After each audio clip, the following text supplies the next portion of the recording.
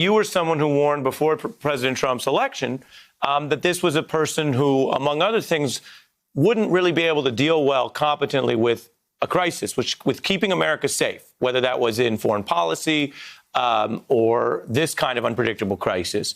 I'm just curious, big picture, because Steve Schmidt was discussing this at the top of the hour, what you think, here we are weeks into this one, what do you think this reveals about the president and your warnings, your concern?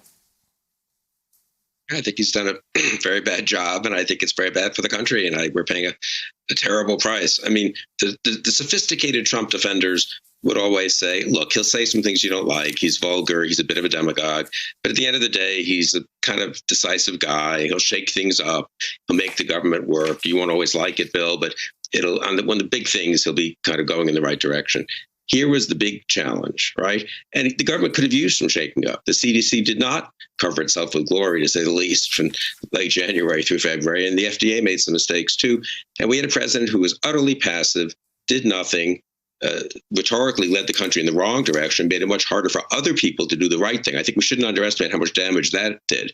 We had a whole lost month of February, which didn't have to be lost. There were plenty of warnings at the beginning of February, and a lost basically first 2 weeks of March. And even now, Governor Cuomo has to go and plead and be nice and struggle to get even the most minimal kind of cooperation that should be just routine in a crisis like this. So forget about Trump's, all the stuff he says that people like me don't like and think does damage. His actual performance has been a terrible failure. And now he's encouraging governors to open up earlier than it seems prudent. He's generally making it very hard. And I'll make this final point. He's making it very hard to have an honest and candid conversation about where we are. Have a tough year, at least ahead. Redfield, the CDC director, said this earlier, right? We're going to have a flu season. The economy's not going to come back in a month or 2 months. People shouldn't kid themselves about that. We have a really tough, kind of bad stretch to get through here. We need leaders who say, this is going to be tough, but we're a tough country. We can make it. Instead, Trump makes it extremely hard to say that. Well, and Bill, on that very point, I'm also curious what you think about Donald Trump's illogical policy messaging this week, that things are, quote unquote, so good, you need to expedite liberating states to reopen. That's how allegedly good things are getting. But things are so bad that now, out of the blue, all of a sudden is the time to shut down all migration, regardless of any medical diagnostic type analysis of where it's coming from.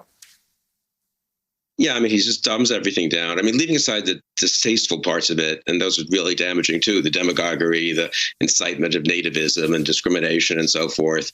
I mean, he's making our public discourse extremely stupid. I mean, we're not having a serious, and it's hard for even people who are trying to be serious. They spend so much of their time correcting Trump and, saying, well, don't ignore that thing Trump said.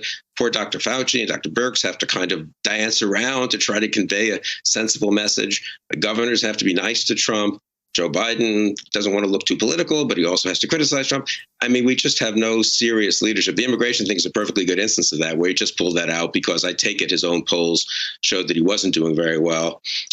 People weren't really buying into his message that everything was going to be fine as soon as these recalcitrant public health types got overridden and we opened everything up again.